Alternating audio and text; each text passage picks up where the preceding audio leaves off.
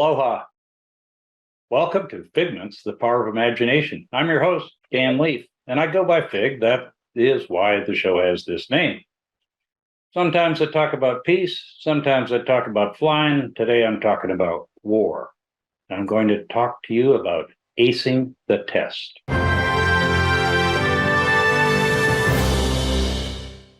Wait, Ace wasn't spelled correctly there. My dog's name is Ace with one C, but 20 years ago, I was the director of the ACE with the land component during the invasion of Iraq, Operation Iraqi Freedom, March 2003. It was an interesting role. First of all, it was an interesting arrival in the combat zone. I was working in the Pentagon. I had a really good job as the director of operational requirements for the Air Force, looking at the future of the Air Force, but I'm not a Pentagon guy. And as we built up towards the invasion, as the crisis mounted, I looked at a slide that showed where all the Air Force generals were going to be for that conflict, having been a wing commander in combat as a one-star. And I looked at that chart and saw there was no place for me. Now, I love peace. You've heard me talk many times about peace, especially with regard to North Korea. I'm about to have an article published in a major outlet on that topic. But I guess the contradiction is, if there's a war that our country is fighting, I want to be in it. I'm a fighter. I'm a fighter pilot. And so I was quite depressed to look at that chart and say, dude, you're watching this one on the television. Not what I had in mind. After seeing that chart in a briefing, I went back to my office on the 5th floor there in the Pentagon. In the E-ring, the same ring that had been struck 2 years earlier on the September 11th attack. And as I get into my office, the phone rang. And it was the guy who was going to be the air commander during the invasion, then Lieutenant General Buzz Mosley. I'd known General Mosley for years, from the time when we were both captains in Okinawa, Japan. And he called me and said, Fig, I'd like you to be my representative with the land component in Kuwait and then into Iraq during the invasion that we think is going to happen. My response, true story, as far as I can remember, was, sir, I'll do anything. Make me a human shield. Just get me out of the Pentagon. A little lighthearted, but the Pentagon's not my kind of place. In fact, I put in my will that I'd like to be buried in a plot at Arlington that overlooks the Pentagon so that I'll know for all eternity things could be worse. I'm not a Pentagon guy. And I was happy to serve in combat and work for General Mosley. And I knew the Army. That's why I was picked, I'm told, because I'd been a forward air controller and air liaison officer. You've seen some Figments episodes about that. With the Army in Korea, I'd attended the Army's Command and General Staff College and stayed there on the faculty. I knew a bunch of the folks who were senior leaders by that time in the Army, and I thought I was pretty well suited for it. In fact, I'd also served as an Air Force colonel in Korea, but with the largely Army headquarters, and knew folks like General Gary Luck, who was the commander there, and my boss, General Larry Ellis. So I knew the Army. I spoke Army. I didn't think Army, because airmen think differently, and that difference is important. But the difference can cause friction in war, and that's what General Mosley wanted to avoid. He wanted to have a representative inside the headquarters, inside the land headquarters, as we invaded Iraq, who could reduce the friction, talk straight scoop with the land commander at a credible level, and help the war go better, help to achieve victory sooner, and reduce loss of life on both sides. Yes, on both sides. So he said, Fig, you're going to be the director of a first ever air component coordination element. What's that? I said, I'd never heard of it. He said, well, we tried it once during an operation, but this is our first large scale application of the concept. And you'll be my representative to the land commander. You'll have a small team that makes sure you can stay coordinated and synchronized with my headquarters and in touch and well informed with the land headquarters so that you can be that critical conduit between the two components. And the components were called CFLIC and the CFAC. CFLIC, Combined Forces Land Component Commander. That was General Dave McKiernan. And then the CFAC, Combined Forces Air Component Commander, General Mosley. I'm not going to mention many other names simply because I hadn't talked to folks. I haven't talked to folks about, can I talk about them? And so I'll respect their privacy, but there were real people involved in that. And the real people that I needed first were those on my team. It was an ideal situation because General Mosley said, pick the folks you want and take them over to Iraq. I've got a picture of the group as it matured. We started with about 10 when we deployed. This is about 18 folks. We got some admin troops in theater, a security guy to keep us alive. We thought that important. And then some coalition forces and other service airmen onto the team. But it was generally hand-picked. And I picked folks mostly because I knew they could do the job in combat. When I was getting ready for this show, my wife Alejandra asked me, she said, well, did you just call them and say, hey, go to the war? Or how did that work? And did any of them refuse? I don't remember. But I know the kind of guys I asked, and I don't think they refused. There were a mixed bag of folks. I had a fighter pilot, a couple of fighter pilots, actually, intelligence special officer, a space guy, really critical. Can't overstate, even 20 years ago, the importance of space in the mix and having good appreciation for what's available, what the capabilities are, and how you can apply them rapidly to a tactical situation.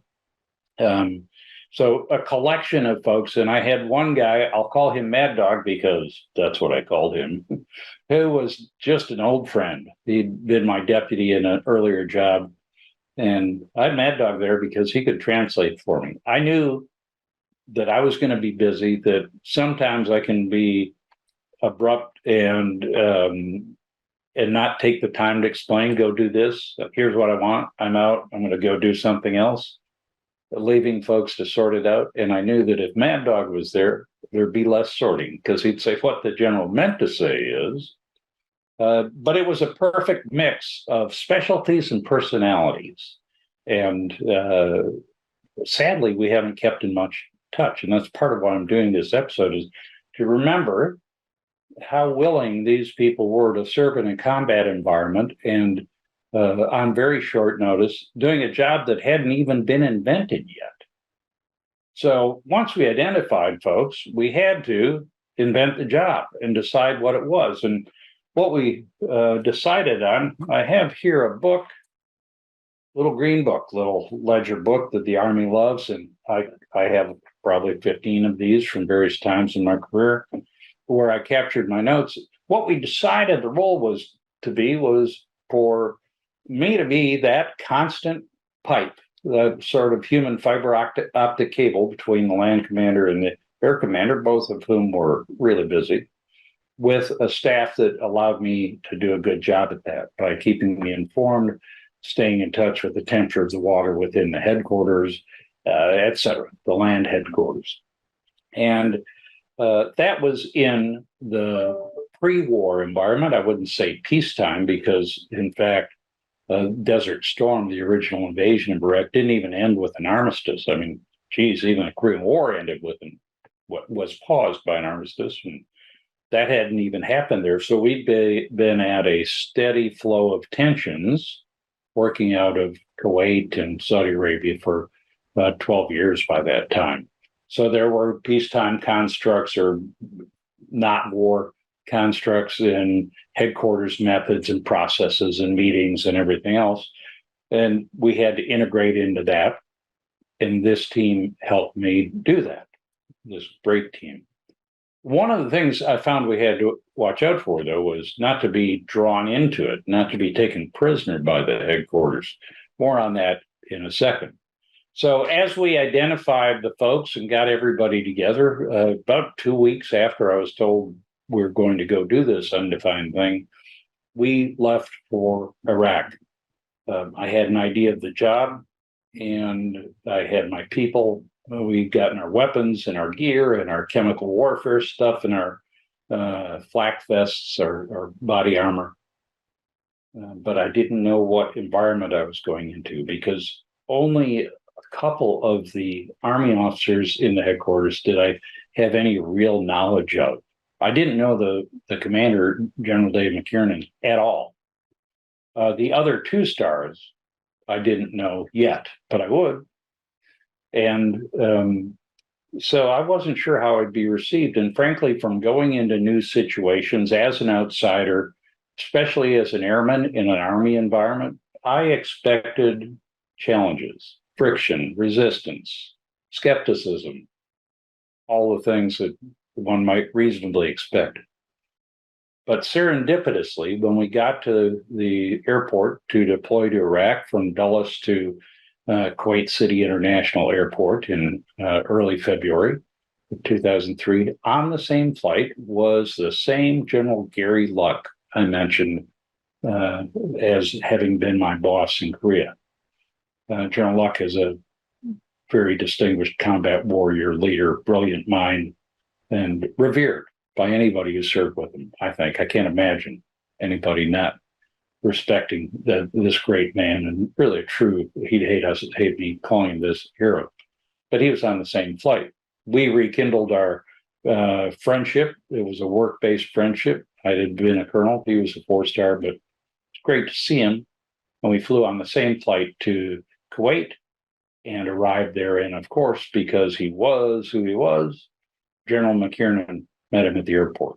And General Luck kept me by his side for that meeting. And he said to General McKiernan something to the effect of, "Hey, this is Dan Leaf. You can trust him." That was it. Okay. All in the storming and norming and getting into the circle was done because not because of me, because General Luck's word was so powerful. I can only speculate how differently our role would have played out there in this war had I not had that introduction from General Luck. And thank God for that. So now we go to the headquarters. The reason I was picked as a 2-star general was all of the staff deputies, the next level below General McKiernan, were also 2 stars. And it makes it a lot easier to have a conversation and not have rank get in the way. So we got into the headquarters and we started integrating. As I said, the important thing to do was not be subsumed. My folks were there to make me successful. They weren't there to fill the empty space that the Army had. And that's not a reflection on the Army. Any organization that has its own needs is going to fill them with what's ever available, especially in a combat environment. Now let's take that, and for those of you who've served in combat or in intense military operations, I think you'll appreciate that. If you hadn't, understand why I was there is reflected by that need to stay separate from the Army staff and be our own entity and do our own job. And that's because combat is a matter of life and death, he says, stating the absolute obvious. But it's a matter of life and death with commanders having unique responsibilities to achieve operational goals and keep their folks alive. A couple of really important things.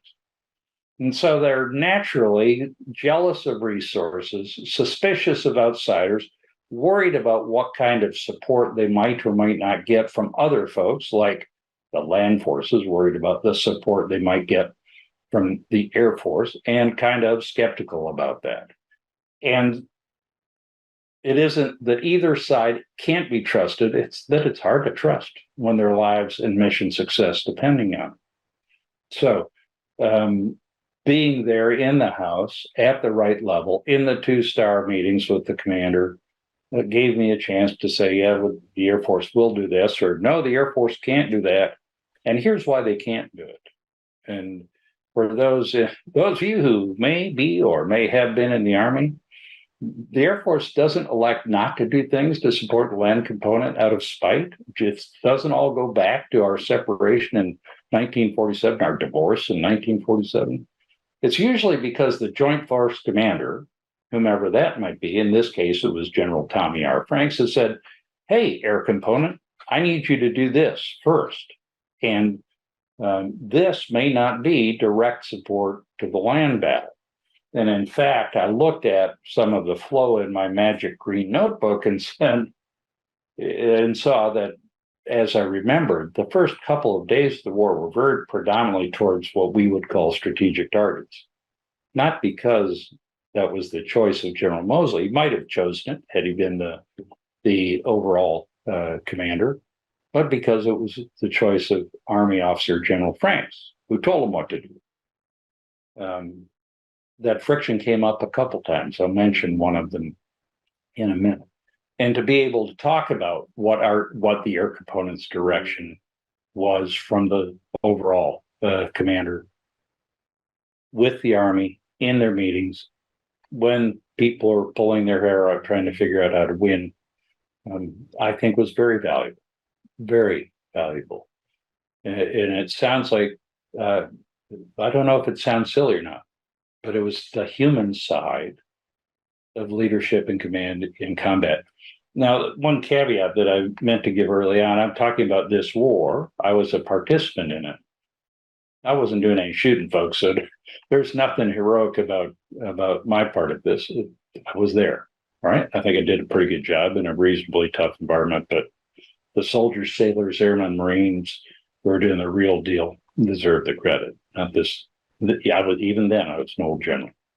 So now we're integrating into the headquarters, figuring out who's who in the zoo and what we need to do, what meetings we need to be in, all of them, who the key players were at the colonel level, all those things. We also had to figure out what we would do once we went into Iraq. And frankly, that was very undefined. Would we go forward with the land forces? Would we stay behind in Kuwait? And that wasn't clear at all. So we had to get ready to move. There's just one problem.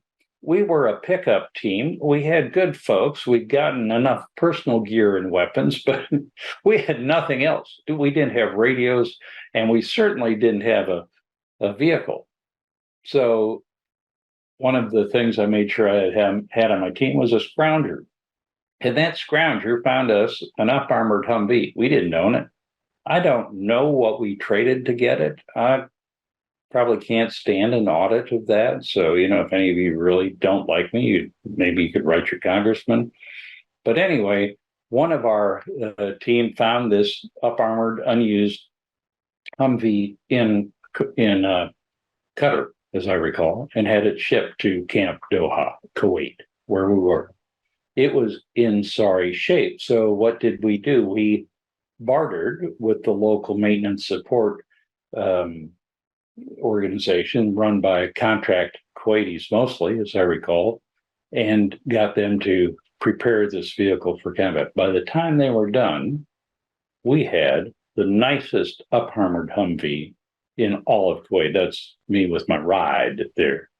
But isn't that a beauty? In the end, we wouldn't use it very much, but it was a nice ride. And we never got the 50 cal to mount in the turret, but we could have. As it turned out, many of us did go into Iraq briefly, but things happened so fast that it isn't like we were bivouacked or operating in Iraq initially. We did go out in the field where the land forces were gathered quite a bit to liaise with the land commanders and talk to them and take that airman's perspective out to the tactical level, usually to assistant division commanders or Army division ops officers, and sometimes to say, yeah, the Air Force can't do that for you.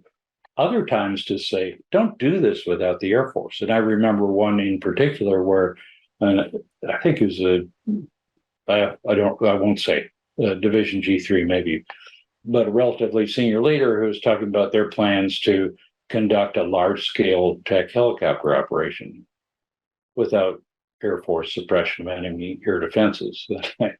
So, it's a bad idea. Let us help. And eventually they did.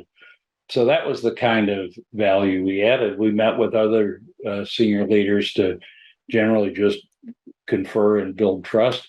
You may recognize some of the folks. Hey, that's Brigadier General Austin, now known as Secretary of Defense Austin. Again, having conversations about how the Air Force cannot help, answering questions, and being present. A virtual presence is actual absence. And if nothing else, one thing that this role that was envisioned by General Moseley really did was put a face to air, to the Air Force, to the air component, so that we weren't just that anonymous other part of the war that didn't care about the land force. Sounds sophomoric, silly, I don't know, but it was really important, I think, and I think that those on the ground side who were there would share that thought with me. So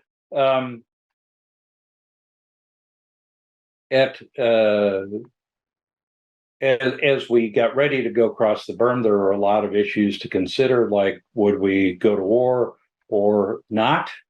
Would we encounter weapons of mass destruction? That may have been what I was talking about with General Austin. I will tell you, you can look at all of the historical data on WMD. We thought they were there. We believed they were there. Looking at the most highly classified information available, we believed they were there. We believed they'd be used against us, but they weren't. So we talked about the fact that this was a preemptive war, striking first because of weapons of mass destruction. And frankly, I'm still troubled by that rationale, especially given how the war turned out. And I think that we lost the opportunity to more fully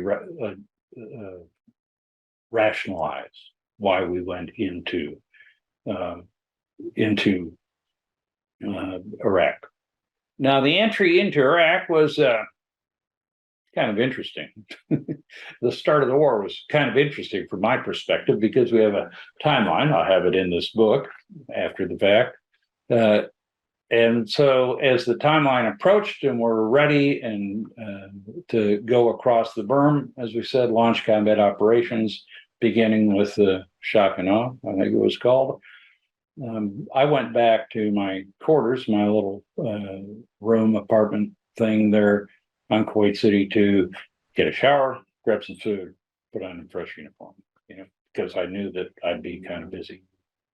And as I'm there, probably heating up SpaghettiOs or something on the stove with the TV on, I am notified by CNN that the war has already started without me. Not kidding. The war started without me. Can you believe that? How did that happen? Human intel reached the headquarters of the components that said that Saddam Hussein was in a certain place at a certain time. And so an airstrike was launched early. He was not there. I bring that up not just to kind of be bemused at the fact that I was not, I was caught by surprise by the start of the war, but also to talk about the fragility and the unreliability inherent to human intel. Turned out that the reporting guy had a different axe to grind, not with Saddam, and we went on bad information. So their intelligence is never perfect, and that was proven by what happened or didn't happen with weapons of mass destruction. So combat operations started, and things happened rapidly, very rapidly. I went into Iraq for the first time in up to Talil Air Base, and we'll get to that in just a minute. I think I have a break slide here. First, let me say that I'll be back with my next episode in 2 weeks here on Think Tech, the Power of Imagination, or on Figments, the Power of Imagination, April 11th, and I look forward to seeing you there. I never get to actually see you, but I'd really look forward to hearing you. See where that arrow says write to Fig? I get a couple of emails on occasion, sometimes telling me what I should or shouldn't talk about. I would love to hear from you and hear what you'd like, what topic you'd like addressed on Figments, the Power of Imagination. So drop me a note. We go into Iraq, and things go well. And before I know it, I'm up at Tallil Air Base, where I once patrolled in an F-15 during no-fly zone enforcement in an enemy squadron. There I am with Saddam's bus there. It was unbelievable. We're there. There are already A-10 aircraft operating out of this Iraqi airfield.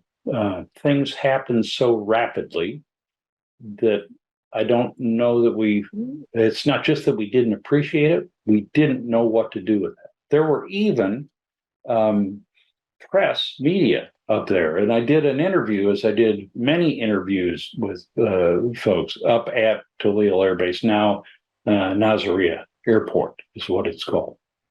Yeah. I did another interview, and I'm going to tie that back to our expectations of weapons of mass destruction and tell you that I did an interview with a well-known CNN journalist whose name shall remain, well, I won't name him, in a hotel in Kuwait. And when I went into his hotel room for this interview, I found that he had two canaries in a cage, as if in a coal mine, because he was worried about a chemical weapons attack. So all those who say we knew there weren't any weapons of mass destruction are wrong. And we were attacked. Some 12 to 16, the number's not clear, Ababil 100 missiles were launched by Iraqis at our headquarters, and then deployed forces. And in one attack, they killed 3 soldiers at a forward headquarters. I remember those attacks. We had a couple of them there at the headquarters in Kuwait, and we were certain they carried chemical weapons. That's just what we believe. The attacks would go like this, and I'm going to say it in the time it took, and I'd like you to kind of internalize this. We're in the headquarters, working our coordination and communications efforts, have on our chemical suits, except for gloves and masks. A siren sounds. We take our gas mask out of the pouch on our hip, put it on, put on our gloves, and hear a Patriot launch with the siren still sounding. The Patriot rocket roars off into the night sky.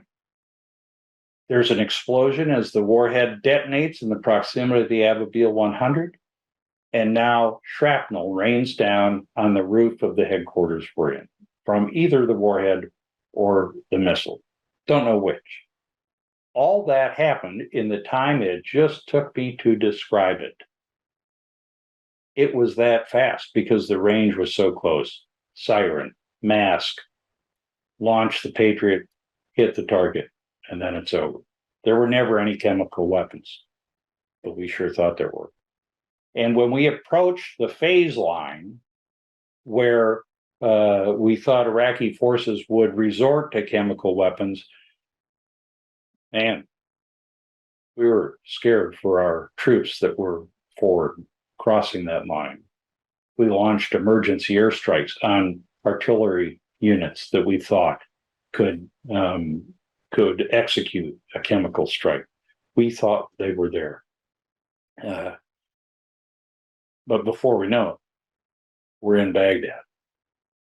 No chemical weapons. We're in Baghdad on 7 April, and I'll meet with General McKiernan and my buddies from the war on the 7th of April to reflect on our experience. And on the 7th, I flew up to Baghdad. There's a picture of me with my buddy Saddam. Flew up to Baghdad in a C-17. General Mosley and I, one of the first nights in the war, landed on a blacked out, or in Baghdad, landed on a blacked out taxiway in the C-17 that ingressed at low level. Things are still pretty dang hot. There we are. And essentially, psychologically, for us, the war's over. It wasn't, as we know. Iraqi freedom as a named operation continued for another 7.5 or 8 years, and then beyond that. Somebody said to me as we were there, Fig, now I know how the Romans felt. And at that moment, I thought, oh man, this is not that easy. And it wasn't. And we saw what unfolded afterwards. Uh, After that trip to Baghdad, I went back to Kuwait City and then to Camp Doha, worked from there.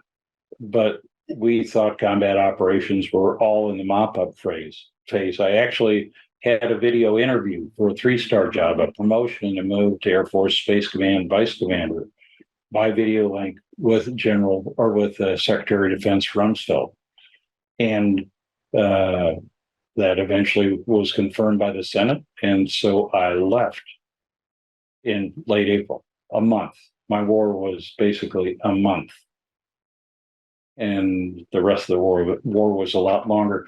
In my notebook, I found a phrase that captured what I think this was: catastrophic success. We were so successful so early that we didn't know what to do with it. And I don't know if those of us who were initially in the headquarters take the blame or those after. I don't know that it matters, but the success came so rapidly that we didn't transition well. We also didn't recognize the significance, in my mind, to irregular fighters like the Saddam Fedayeen and other irregular groups, paramilitary groups. In my notebook, I found another annotation of something else that really affected the outcome of governance of Iraq post-invasion. It says that the annotation to myself is: nobody has been found in any jail. One of the things Saddam Hussein had done is empty all the prisons into society. And that criminal element, I believe, facilitated the insurrection, the insurgency, and everything else bad that happened to Iraq. And I don't know that we recognize that either. Most importantly, I don't think we, the United States and our coalition, had a good plan for governance. We couldn't just hand it over to Iraq, and I think we're too kid-gloved about who was in charge and needed to approach it closer to occupation than to nation building. That's a whole nother story, but Iraq had failed as a nation. It wasn't just Saddam Hussein had been a brutal despot. He had, but they lost the capacity for self-governance, and that had to be built up, as it was for Germany and Japan post-war. So I abruptly departed, and the rest is tragically sad and long and brutal for Iraq. I think the United States failed morally, and that we didn't deliver a better future to Iraq, no matter how difficult it is. That isn't a blame that goes to a political party or not, but if you broke it, it is your duty to fix it. And we haven't done that. And I'm saddened by that. I don't know what else to say. So, what would Fig do? First of all, I'd be real careful about entering conflict, a lot more careful than the United States and others have been lately. And secondly, if you do it as we did, ready to win, and then ready to deal with the aftermath. So that's a brief version of my experience in Operation Iraqi Freedom 20 years ago. I was there, and I hope you've learned something from my stories. If you want to learn from my other Figments episodes, you can take a look at this QR code thing here, and you'll see both Figments, The Power of Imagination, and my old show, Figments on Reality. Look those up. There's some fun stuff. There's some funny stuff. There's some great friends. And then there's serious stuff like this and a conversation about North Korea, which hopefully will be reflected in a major newspaper soon. That's a hint, but I have to make sure it's confirmed. But please tune into those episodes. And as always, remember that we rely on donations at this great nonprofit Think Tech Hawaii. This is our spring fund drive. We need your help. Please go to their website, click on donate, or find some other way to support citizen journalism. Think Tech Hawaii brings you Figments, The Power of Imagination, and I'll see you next episode. Mahalo.